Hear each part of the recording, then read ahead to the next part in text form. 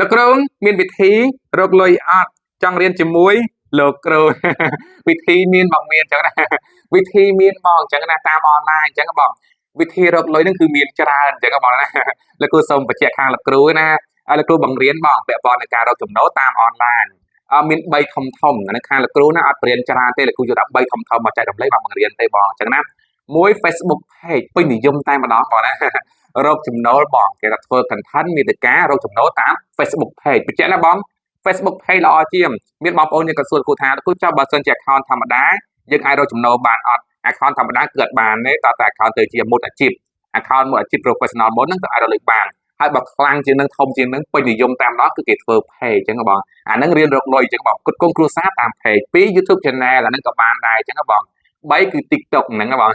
ទាំង3ហ្នឹងគឺយើងអាចរកចំណូលបានអញ្ចឹងបងនេះវិធីរកលុយអញ្ចឹងណា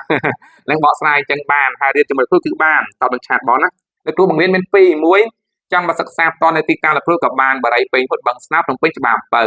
ពីបើសិនជានៅឆ្ងាយពិបាករៀនផ្ទាល់មិនតម្រូវរៀនផ្ទាល់ទេចង់រៀនតាមអនឡាញសិនក៏បានតាម Telegram អញ្ចឹងណាតាម Telegram រៀនបានថ្មីសិតក៏រៀនបាននៅស្រុកខ្មែរនៅតាមខេត្តភ្នំពេញក៏រៀនបាននៅស្រុកគេក៏រៀនបានដែរមកចែកជូនតែម្ដងណាបងអត់ទាន់